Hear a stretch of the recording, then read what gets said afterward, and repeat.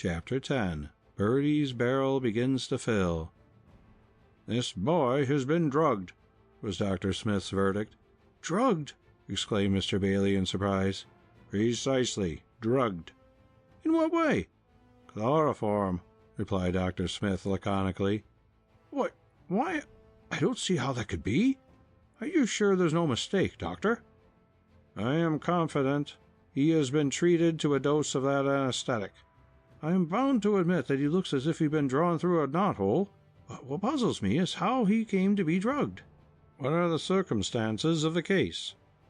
"This boy was sent here this morning by his employer, a Wall Street banker, with a sum of money, I believe, to purchase a number of government bonds from a guest of this hotel, Mr. Morton, who occupied this room. Since then the banker has made inquiries for him several times, as the boy failed to return to his office. Now, a few moments ago, he was discovered in his present condition in that closet." "Indeed. Well, it looks as if your guest, who had dealings, you say, with the lad in this room, ought to be called on for an explanation. It strikes me that something very like a crime has been committed." "I could hardly suspect Mr. Morton of any irregularity. He doesn't seem to be that sort of man." "Well, the boy will be able to clear up the mystery in a very few minutes now." He had sent a prescription to the corner drug store, and the bellboy at this moment returned with a small bottle of some kind of mixture.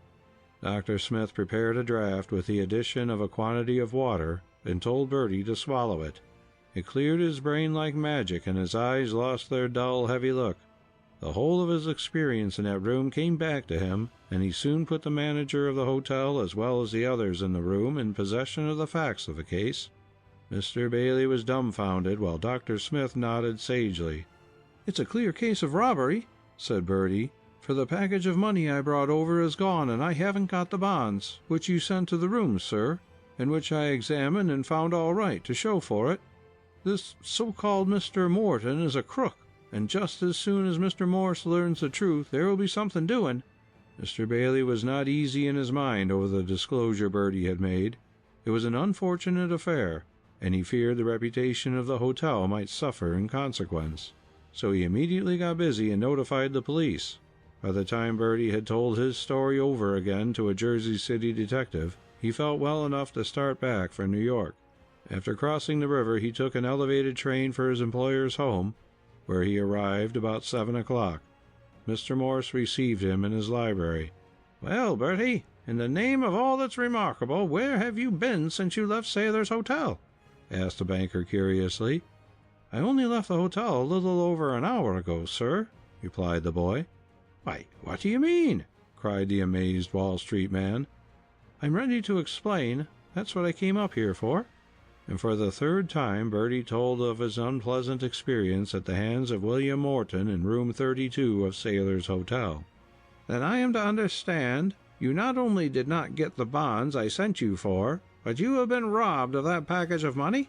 "Yes, sir. I'm sorry to report that such is the fact."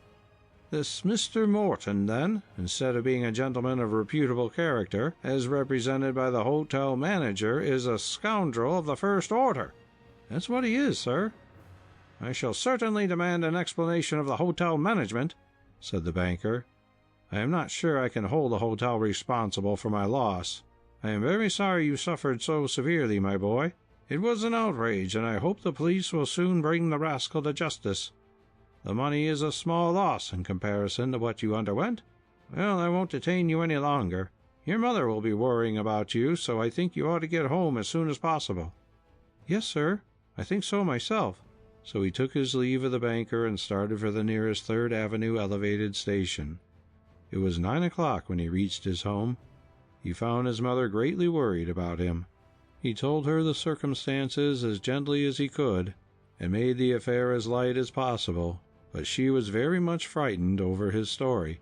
"What's the use in worrying, Mother? It's better to be born lucky than rich. I always alight on my feet. Maybe I have 9 lives, like a cat," he concluded laughingly. "I don't see anything amusing about it, Bertie," replied Mrs. Ballister, tenderly brushing the hair back from his brow. "You might have died under the influence of that drug."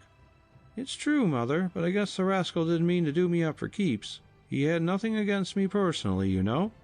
He was after the money, and all he wanted was to put me out long enough to give him the chance to make himself scarce. Well, I hope he will be arrested and punished for this crime. I hope so, too.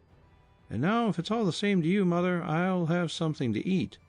Of course, the papers got hold of Bertie's adventure, and on Monday morning every broker in the Wall Street district knew of the bold robbery at Sailor Hotel in Jersey City, by which Banker Morse had been done out of over $5,000. "So you've been up against it again, Bertie," remarked Broker Wadsworth when he met the boy in front of the Stock Exchange about noon. "Yes, sir. I got it in the neck for fair that time," grinned the young messenger. "You seem determined to keep yourself in the limelight of public notice. That nitroglycerin affair a few weeks ago made you quite famous on the street. Now here you are jumping into notoriety again. Do you expect to be a politician one of these days?" "No, sir, my ambition doesn't run in that grove." "No? Well, if you're going to accumulate any more of these thrilling adventures, I should advise you to get a scrapbook right away so you can keep track for your record." "Thank you, Mr. Wadsworth. I'll keep your suggestion in mind, but I'm afraid I would have to invent most of the matter if I ever expected to fill the book." "I don't think so. That reminds me, I've got to take a patent out for a new game of cards I invented in which spades are not used. What would you suggest as a good name for it, Bertie?" "If spades are not used in it, then, if I were you, I'd call it Panama Canal." And winking his eyes solemnly, the young messenger walked away. Bertie hadn't forgotten by any means to look up the stock quotations for Saturday morning, and he found C.H.&D. had closed at 69. "Things seem to be coming my way, all right," he thought gleefully. "If I sold out now, I'd make $5,000. Well, this is a case where I hold on a while longer. I'm hot on the trail of that barrel, and the way to get it is to make all you can when you get the chance." That Bertie showed good judgment in holding on was apparent later that day. C.H.&D., under the astute methods employed by the combine that was backing it, kept on soaring as if it had wings, and the last sales made Monday showed the price had reached 75. Bertie was so tickled over his good luck that when he got off at 3 o'clock he rushed down to the Broad Street stationery store to tell Beryl Foster about it. "Oh, I'm so glad to see you, Bertie," cried Beryl impetuously. "I read all about that dreadful narrow escape you had in the hotel in this morning's paper, and I couldn't help crying over it to think what you must have suffered." "And you really are interested just a little bit in me, eh, Beryl?" he said, holding her hands closely in his. "Why, of course I am. If you was my brother, I couldn't—" "Well, I'm glad I'm not your brother, come to think of it." "Why?" she cried, opening her eyes very wide. "Oh, there are reasons," he said in some confusion. "You mean you don't like me as well as you did?" a shadow coming over the little maid's face. "No, that isn't it. It's the other way." "I don't understand." "I like you a great deal better. In fact, I like you so much that—" But at that interesting point Beryl broke away from him to wait on a customer who entered the store at that moment to purchase a bottle of mucilage. When she returned to his side, the topic of conversation was changed by Bertie to the subject of C.H.&D. "I'm awful glad you're so fortunate," she said beamingly, and the boy believed her.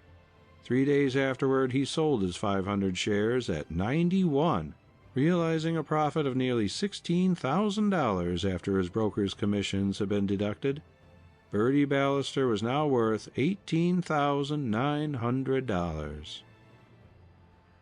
End of chapter 10.